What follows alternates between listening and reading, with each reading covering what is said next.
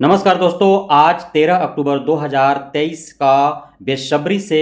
BEd एवं DElEd दोनों साथियों का इंतजार था और इंतजार की घड़ी अब समाप्त हो गई है। दोस्तों, एक बार फिर डीएलएड के साथीगण जीत की ओर बढ़ चले हैं। दोस्तों, बीएड ने जिस रणनीति के तहत केस को बोपन्ना साहब के बेंच पर ले जाने का प्रयास किया और वहां तक वे सफल अवश्य हुए और इस उम्मीद में कि इस प्रकार से यदि ड्राफ्टिंग किया जाए और बोपन्ना साहब के बेंच पर इस केस को ले जाया जाए तो शायद छत्तीसगढ़ की तरह ही बिहार के मामले में भी 1 to 5 में बीएड को सम्मिलित कर लिया जाए, लेकिन ऐसा हुआ नहीं। उन्होंने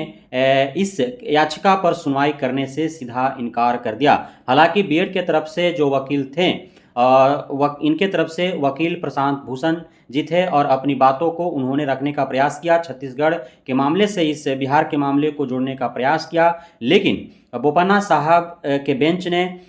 उनके प्रत्येक बातों को अनसुना करते हुए और सीधा सीधा उन्होंने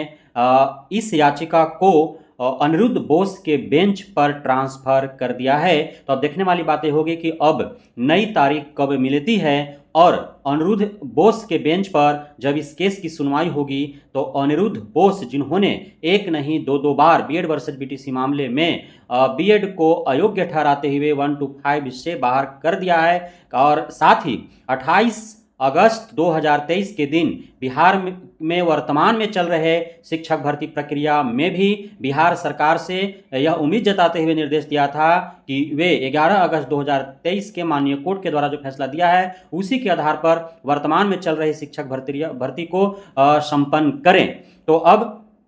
चूंकि अनिरुद्ध बोस के बेंच पर ही इस याचिका को भी ट्रांसफर कर दिया है, तो अब जो है लगभग यह तय हो चुका है कि डीएलएड के पक्ष में ही इस याचिका का भी फाइनल डिसीजन आने वाला है। लेकिन हमें इंतजार करना होगा तब तक जब तक कि नई तारीख न मिल जाए और अनिरुद्ध बोस के बेंच पर इसकी सुनवाई न हो जाए और फाइनल डिसीजन न आ जाए। लेकिन घबराने की कोई आवश्यकता नहीं है और जो एक केस का जो खेल खेला जा रहा है यह सिर्फ और सिर्फ अभ्यर्थियों को परेशान करने की एक बहुत बड़ी साजिश है और अभ्यर्थियों के पैसा खर्च कराने की भी बहुत बड़ी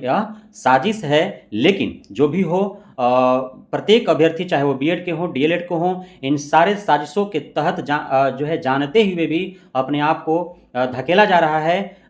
मजबूरीवश, क्योंकि नौकरी का सवाल है। तो नज़र बनाए रखना है, हमारे चैनल से जुड़े रहें और जो भी अब तक सब्सक्राइब नहीं किए हैं वो हमारे चैनल को सब्सक्राइब कर लें ताकि इस प्रकार के प्रत्येक अपडेट को ससमय, सही और सरल भाषा में आप तक पहुंचाया जा सके। धन्यवाद।